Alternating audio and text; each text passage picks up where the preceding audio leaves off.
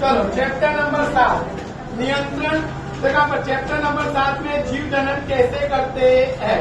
अब देखो जीव जनन कैसे करते हैं उसमें आपको देखो 4 प्रश्न करने हैं। पहला प्रश्न है सपुष्पी वनस्पति में अथवा आवृत बीजधारी वनस्पति में लैंगिक जनन समझाओ। लैंगिक जनन समझाओ। तो देखो सपुष्पी वनस्पति में अथवा तो आवृत बीजधारी वनस्पति में लैंगिक जनन समझाओ।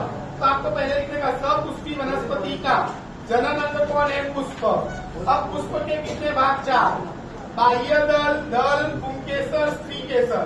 अच्छा पुंकेसर पुष्प का नर जनन भाग है। ऐसा ये नर जनन भाग है। इसमें तंतु होता है और ये होता है परागकोश। तंतु और परागकोश होता है। तो तंतु और क्या होता है? परागकोश। अच्छा ये परागकोश क्या उत्पन्न करता है? परागकण। क्या उत्पन्न करता है? परागकण। अच्छा ये परागकण पीले रंग के होते हैं, इसलिए पुंकेसर को छूने पर बराबर हमारा हाथ पीला पड़ जाता है। स्त्री केसर पुष्प का मादा जनन अंग है। पुष्प का मादा जनन अंग है। इसके 3 भाग, नीचे का फूला हुआ भाग अंडाशय, बीच का नली वाला भाग वर्तिका और आगे का भाग जो है उसको बोलते हैं वर्तिकाग्र। वर्तिकाग्र कहते हैं। अब ये जो परागकण है वो परागण के द्वारा कहाँ पर आते हैं? वर्तिकाग्र पर। और वर्तिकाग्र पर आने के बाद एक नली जैसी रचना बनाते हैं जिसको बोलते हैं पराग नली। और ये पराग नली बीजांड तक वृद्धि करती है। बीजांड तक वृद्धि करती है। तो ये पराग नली बीजांड तक क्या करती है? वृद्धि। अच्छा ये जो परागकण है ये नर युग्मक बनाता है और ये नर युग्मक इस पराग नली से होता हुआ बीजांड में रहे मादा युग्मक से जुड़ जाता है और मादा युग्मक से जुड़कर युग्मनज बनाता है।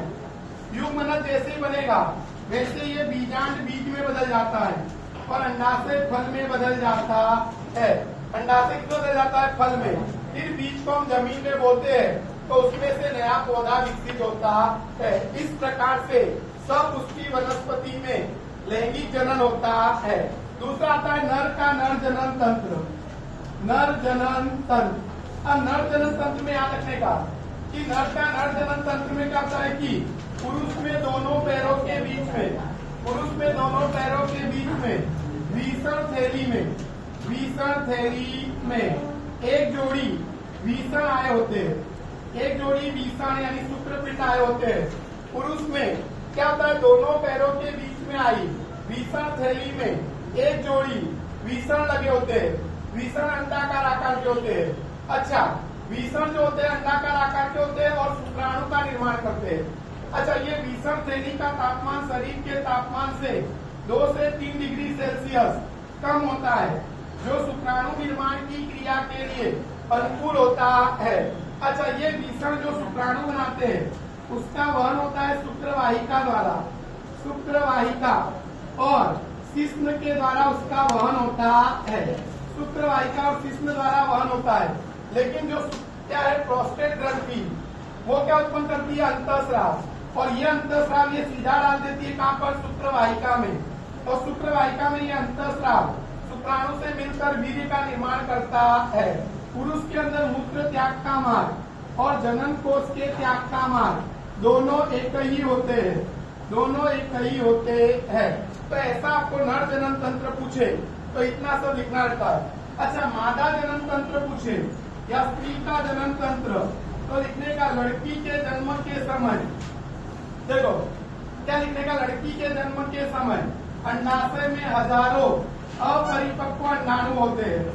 अंडाशय में हजारों अपरिपक्व अंडाणु होते हैं। अच्छा अंडाशय प्रत्येक माह एक अंडाणु क्या करता है? मुक्त, जो इस अंडवाहिका में प्रवेश करता है। इस अंडवाहिका में क्या करता है? प्रवेश। अच्छा ये दोनों तरफ की अंडवाहिका मध्य में उल्टे त्रिभुज आकार की थैली जैसी रचना बनाती है जिसको बोलते हैं गर्भाशय। गर्भाशय एक सक्रिय ग्रीवा के द्वारा योनि मार्ग में खुलता है और योनि द्वार के द्वारा शरीर के बाहर खुलता है।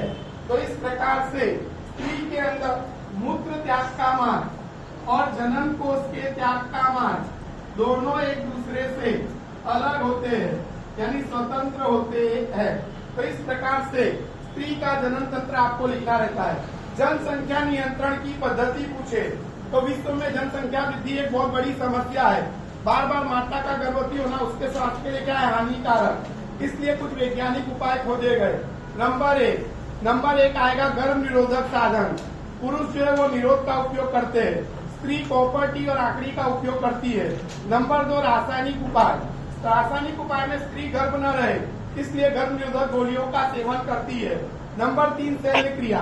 पुरुष में ये शुक्रवाहिका को काटकर बांध देते हैं, पुरुष में शुक्रवाहिका को काटकर बांध देते हैं। इसको बोलते हैं वासेक्टोमी अथवा इसको बोलते हैं नसबंदी, जिससे शुक्राणु का वहन रुक जाता है। शुक्राणु का वहन क्या होता है, रुक जाता है। उसी प्रकार से स्त्री के अंदर अंडवाहिका को काटकर बांध देते हैं, जिससे अंडाणु का वहन रुक जाता है। इसको बोलते हैं ट्यूबेक्टोमी। तो इस प्रकार से जनसंख्या को नियंत्रण किया जाता है।